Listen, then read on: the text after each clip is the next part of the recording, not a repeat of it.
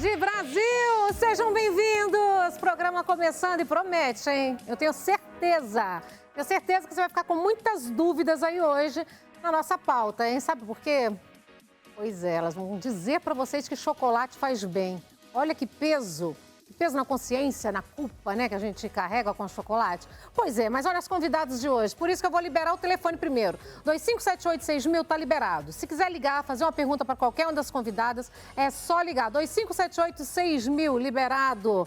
A Fátima El-Raj, olha só, Páscoa está aí, a cirurgiã vascular, tá? Vai falar sobre chocolate versus saúde vascular. Entenda como funciona o chocolate para nossa saúde, viu, meninas? E olha só, a Beatriz Ribeiro e a Edneia Santos, Luana Guedes, psicólogas, falam sobre sobre as crenças das crianças no coelhinho da Páscoa. Essa magia toda, né? Que vale no coelhinho, vale quando chega a época de Natal, né? Vamos entender? Eu acho bacana. A criança, até enquanto ela acreditar, eu acho que a magia tem que continuar. Depois vem a realidade.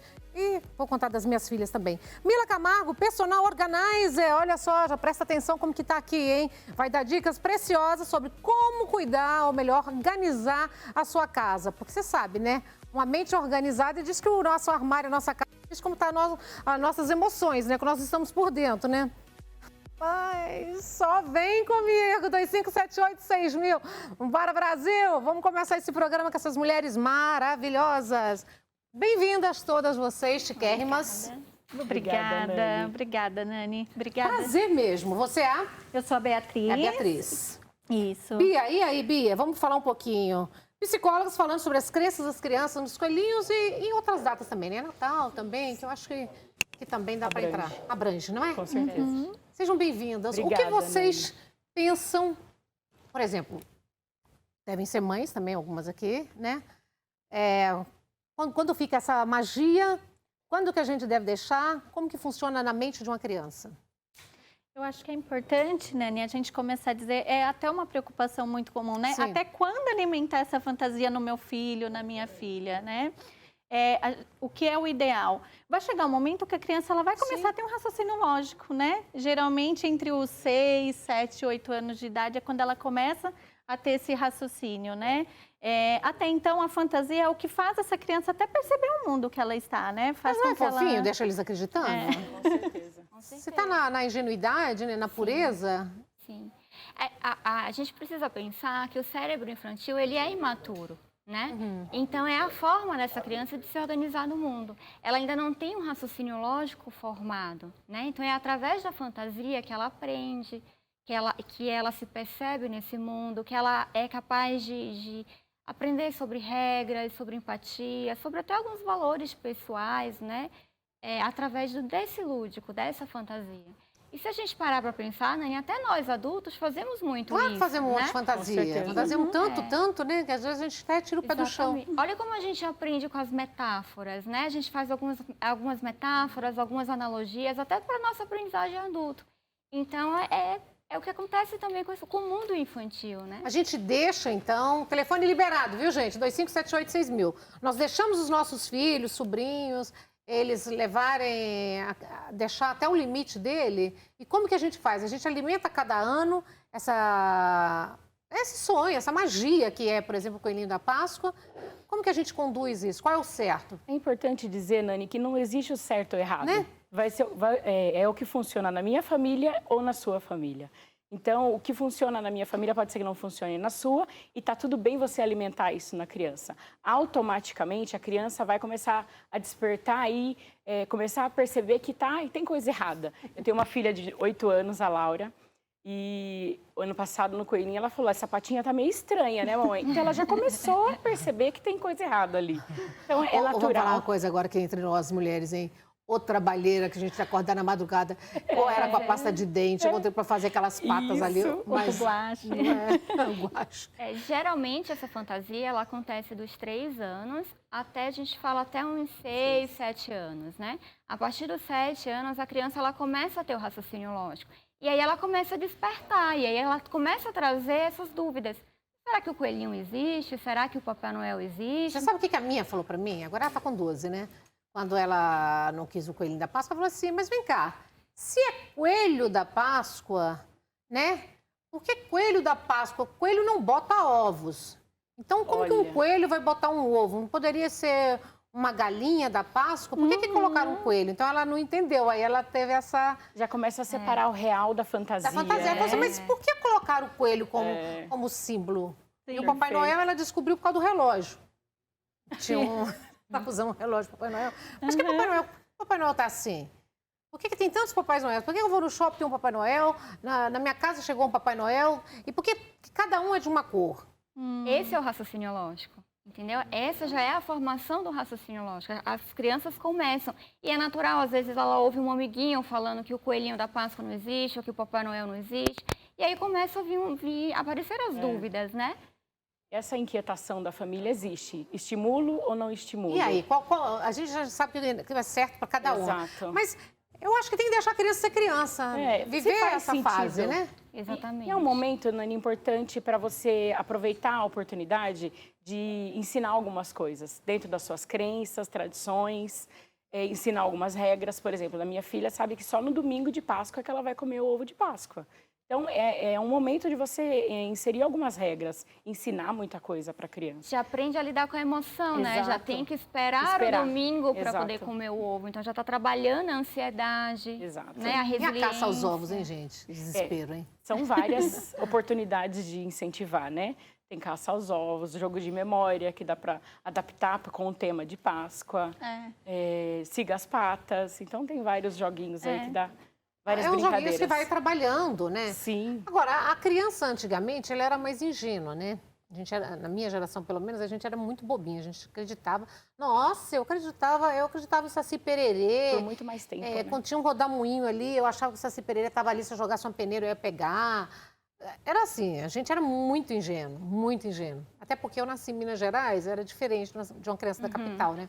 Então, as nossas crenças eram outras, assim, alimentava até o limite máximo de acreditar. Mandaram até tomar para aprender a nadar. Olha isso, viu, gente? Não faça isso com o seu filho, viu? Não faça. E se eu engolisse um lambarizinho, um filhote de peixinho aprenderia a nadar. Olha o que eles fazem com a gente lá, olha. Peixe vivo, minha filha. Quantos peixinhos engoli? Nunca nadei, só bebia água. Não funcionou. Pegava o peixe para engolir o peixe vivo. Olha que horror, tadinho dos filhotinhos. Mas eram as crenças, né? E essa magia da Páscoa, como que a gente conduz com essa magia da Páscoa? A gente consegue explicar desde, 2 aninhos? Porque a gente faz isso desde que, sei lá, hoje em dia, com meses, você já está decorando tudo, né? Sim. Isso que você trouxe, Nani, na verdade é muito real. Até porque com a tecnologia, as crianças estão tendo esse raciocínio lógico cada vez mais cedo. Acesso à informação, né? Então, acho que vamos pensar na Páscoa em si, né? O que é ideal? Trabalhar além do coelhinho, então, né? Trabalhar qual é o sentido? Você pode criar memórias afetivas, porque não necessariamente vincular ao coelho ao ovo de chocolate, mas pode vincular a uma confraternização de família. Então, quando essa criança estiver maior, ela vai entender que naquela data específica é quando a família se reúne. É que a gente tem que entender também que é comércio, né, gente? Vamos ser práticos, Exato. né? Comércio induz a venda, então as datas que seriam datas religiosas, datas importantes, a gente está perdendo isso. O simbolismo. Na família, né? O simbolismo, porque fica uma coisa do consumismo. Né? Se a gente entra com a criança em qualquer loja, em qualquer lugar, em qualquer supermercado, eram paredes e paredes e paredes de ovos de todos os tamanhos. Não dá para fugir. Eu acho que a gente pode entrar nesse universo e adaptar ao que funciona para cada família. E importante também é que cada família vai dar um sentido para isso, né? Então, um sentido para essa brincadeira, um sentido para essa caça aos ovos. Então, se a gente imaginar que a família estimula, por exemplo, você está estimulando, inclusive, a criatividade dessa criança. Da criança ficar pensando, da onde que esse coelhinho veio, por onde que ele entrou. E se a gente parar para pensar, essa habilidade da criatividade, a gente precisa dela na nossa vida adulta, até para a resolução de nossos problemas. A gente precisa acessar a nossa criatividade para achar soluções. Então, olha como é importante, desde criança, a gente está sendo estimulado para o desenvolvimento dessa criatividade. E como? Através desse lúdico mesmo, desse mundo de fantasias, que não é só a criação de acreditar no Coelhinho da Páscoa, no Papai Noel, até os livros infantis, os contos, Os desenhos animados, né? Tudo isso estimula essa imaginação. E como faz quando a criança pergunta, questiona? E aí? E o coelhinho? Foi o coelhinho que me trouxe? A minha filha não entendia, mas esse coelho foi muito rápido, são 11 andares. Quando a criança faz alguma pergunta, é E aí? porque ela já tem alguma informação prévia. Devolve essa pergunta para a criança. Como você sabe disso? Como você descobriu isso? Aí Ela você falou vai que foi saber. andando até para ver. Ela abriu a porta lá da cozinha, né? Da área da cozinha. E ela percebeu que lá não tinha pegadas. Então, como que o coelho, de repente, dentro de casa tinha pegadas, e lá- as patinhas, e lá fora não tinha. tinha. Então, não estava na escada. Como que esse coelho veio? Eu falei, deve ter vindo pelo elevador. O negócio já está moderno. Para você ver como o raciocínio lógico já começa a ser formado, né? Ela já começa a ligar a fantasia, a separar a fantasia da realidade. E as mães, o que fazem, mulheres maravilhosas? A maioria eu sei que está em dúvida. No nosso caso, minha filha está com 12, já passou essa fase. Mas se a criança pergunta se existe ou não existe, você tem que falar a realidade também ou não? De novo, devolvendo a pergunta para a criança, o que ela É um choque descobriu. para eles, né? Sim, e faz parte, Nani. Até aprender a lidar com essa frustração. Se vira um choro, se vira uma raiva, porque faz parte da imaginação dele, fazia parte da imaginação dele. Se isso for quebrado, essa raiva, essa tristeza é até importante para o desenvolvimento afetivo dela, emocional dela. Acolha, só acolha. E você vai sentir até onde o seu filho pode, até onde você pode falar a verdade. Pode ser que ele não esteja preparado para a verdade. E a fada do dente? É outra fantasia também. A minha fada do dente descobriu que no início, o primeiro dente eu empolguei, aí eu acho que eu tinha colocado uma nota mais alta. Da outra vez eu estava assim, eu coloquei uma nota menor. Aí ela falou, mas por que essa fada do dente está colocando um dente vale mais que o outro? Começou a questionar. Olha o raciocínio. E olha isso, como gente. a fantasia, né, olhando para a fada do dente, como ela encoraja a criança, né?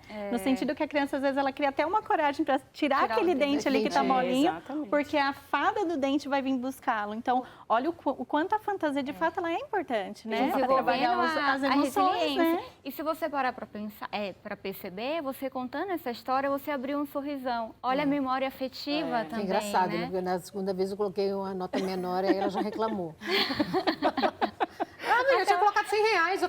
Você sabe quando você só tá com uma nota de R$100? Eu só tinha R$100, sem brincadeira. Não é porque eu tivesse muito, não. Eu só tinha aquela nota. Eu falei, gente, não vou deixar a magia de hoje passar, né? Aí eu lá na madrugada coloquei lá, peguei o dente, né? Tirei e aí coloquei. Isso foi maravilhoso. Nossa, a fada do dente era tudo, era o tudo. Caiu o segundo dente, terceiro dente. Mas eu queria dente de todos os dentes, eu queria R$100. Aí no geral, sei lá, R$10 coloquei. Acabou a magia com a fada do dente. Meninas, e como que a gente faz então? A criança pode acreditar no coelhinho, que faz parte da idade, a gente conduz de acordo com a idade, trabalha também a emoção dessa criança, desde que ela gosta também, né? Que começa essa brincadeira também dessa magia da Páscoa, né? Mas se ela chegar no limite que ela acha que ela está desconfiando, que não acredita, então pode sim a mãe achar que é o momento, então, de... Fale com muito cuidado, com muito amor. Porque muito isso faz cuidado, parte, né? Com muito cuidado, com muito amor, dizer a verdade. E explicar, né, a importância dessa fantasia para a criança, claro, dentro da linguagem dela. Né? É difícil, como que faz isso, hein? Eu acho que a maior parte das mães tem dificuldade. A minha depois reclamou, mesmo ela sabendo que não existia mais, ela queria que no ano seguinte que fizesse caça aos ovos. Aí eu falei para ela, não. A partir do momento que você sabe que não tem o sentido, então, da gente ficar fazendo as patinhas para você. Posso esconder alguns para você brincar, mas você já quebrou a magia, você não... Porque aí, nesse caso, já não é a fantasia que está falando, já é a brincadeira. Que também é, né? Como a gente falou, a criança também aprende através da brincadeira. Então, não deixa de ter o lúdico. Ela não está com a fantasia, né? Porque ela já está com o raciocínio lógico dela já formada. Mas elas são muito espertas também, né, gente? Porque aí elas ficam querendo o ovo do pai, ovo da mãe, ovo do coelho. Que é recompensa, ganhar ovo da Páscoa, né? Não é? É isso que eu tô falando. Aí vai querendo de cada um, da irmã mais velha. Que a E aí recompensa tem Não, aí todo. quando descobre, né, que não tem, mesmo assim quer continuar ganhando, né? É a recompensa, né? As crianças são muito espertas, né? O que vale para a criança é a brincadeira, é o chocolate, né? É o chocolate. E a gente tem que aproveitar esse momento para ensinar.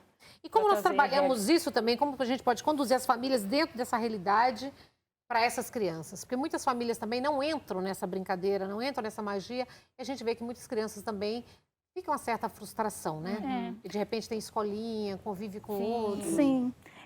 Eu percebo que, assim, quando não existe essa brincadeira do coelho, do ovo, que é legal esse momento, né? Trazer qual é a simbologia, né, daquele momento da Páscoa. Trazer até uma experiência. Eu nunca tive essas brincadeiras de procriar o ovo, mas eu tenho a Páscoa como um momento de confraternização, de reunir a família, de fazer aquele almoço, né? Então, você traz, de alguma forma, um sentido para esse momento. Mesmo que não seja nessas brincadeiras, né? Porque às vezes não faz parte mesmo da realidade da família. E tá tudo o que certo. faz sentido para a família, né? Não tem o sentido. Mas então sempre a verdade tem que vir à tona, tem que falar, porque pode-se também questionar isso. Minha mãe mentiu para mim. Minha mãe ficou falando que existia coelhinho, que existia Papai Noel. Ela estava mentindo esse tempo para mim. Então como que a gente controla isso, condiz para essa criança? É explicando que isso faz parte da magia, faz parte de todas as infâncias, da minha, da dela, de outras. Perfeito. E a gente aproveitava o momento para brincar, para se divertir, para estar juntos, para ensinar algumas coisas. A criança vai entender, ela é esperta. Elas são espertas, são mais que a gente. E essas crianças de hoje, hein? Que a internet dominou o mundo, perdeu a magia em tudo, hein? Tem acesso Como que a gente consegue trabalhar hoje com as crianças que têm o controle da internet nas mãos? É um desafio, Né? É um desafio, sem dúvidas. Eu percebo que a escola ainda tenta, né, resgatar muitas vezes esse lúdico, essa fantasia, né? Deixar ainda a tecnologia de lado, só que a gente também não pode negar que a tecnologia está aí, né? Então esse é o grande Eles desafio. têm todas as informações lá, né? Exatamente.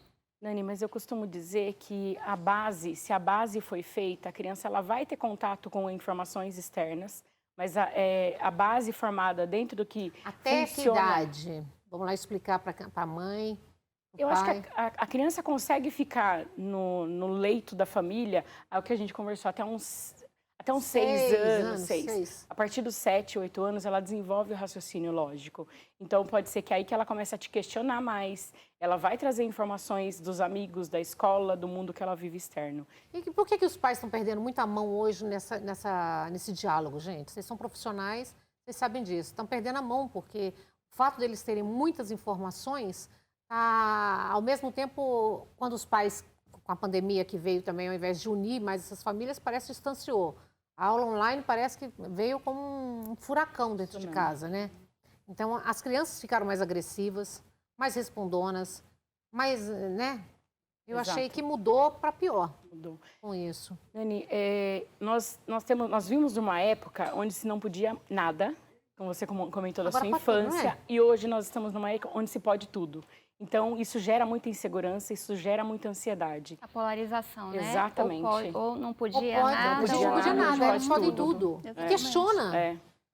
Eu acho que cada família tem que encontrar o que funciona dentro da sua casa, as suas regras, a sua base para passar para essa criança. Porque a criança ela precisa de regras, ela precisa sentir segurança, ela precisa ter um porto seguro. E esse depois porto dos seguro 12, hein, que eu tô no meu caso. Menina, mas tá difícil, hein? Nossa Senhora, vou falar, hein? Nani, que essa fase idade, hein? é uma fase que não é só... ela tá voltada para o mundo, né? É uma fase que está indo para o mundo. Aí a gente pensa, a gente tem mais de um filho? Nossa Senhora, a minha primeira uma princesinha, nossa, uma bonequinha, aquela filhinha que você colocava os lacinhos, tudo estava perfeito. Menina, essa não pode nada.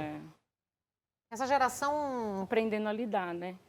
É difícil. Eu tô tendo que aprender a lidar com ela, com uma pessoa indiferente, distante, fria, até egoísta. Lembrando que nessa fase tem uma movimentação hormonal muito grande acontecendo. Menina do céu, aquele vai sair da TPM direto. Isso faz com que as emoções fiquem ainda mais afloradas.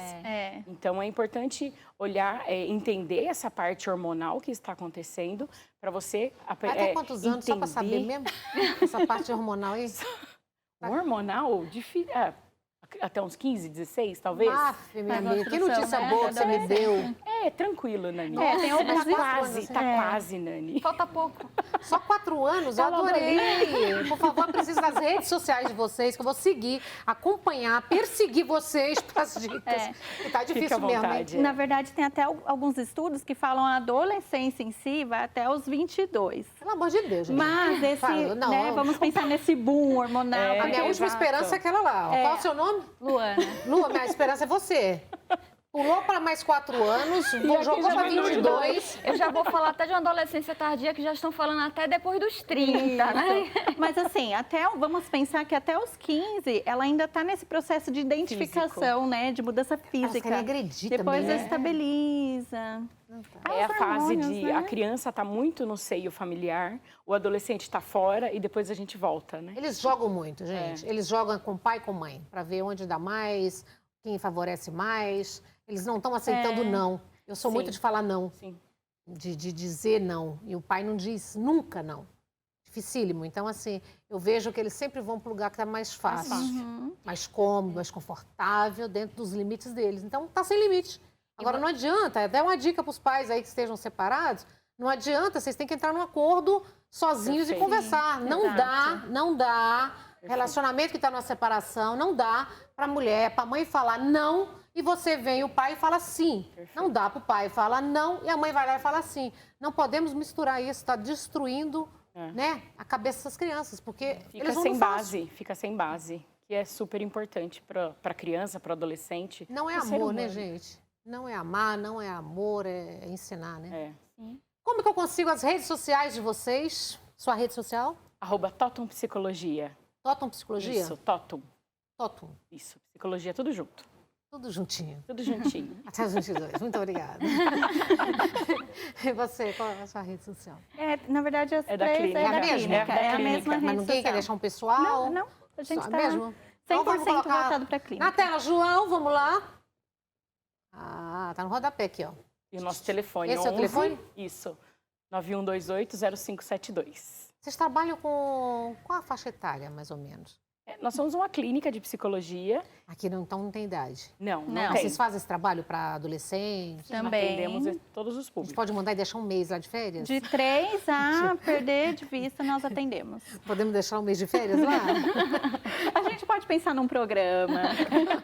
Obrigada, menina. Obrigada Nós que a você, agradecemos. Parabéns pelo trabalho. Voltem sempre, viu? Obrigada Porque pelo também é bom a gente convite. orientar a dar dicas para as mães. Sim, Né? sim. E Ótimo. para você que está em casa, um minutinho só, nós vamos para o intervalo comercial e a gente volta porque tem muito mais para você. Tem dicas poderosas ali, hein? Uma personal organizer vai ensinar você a deixar a sua casa organizada, mas aí a gente vai tentar entender também. Será que a casa toda certinha assim, será que condiz com os seus pensamentos? Ou será que o que você está dentro é o que você externa? Vamos ver então, daqui a pouquinho, um minutinho só, não saiam daí.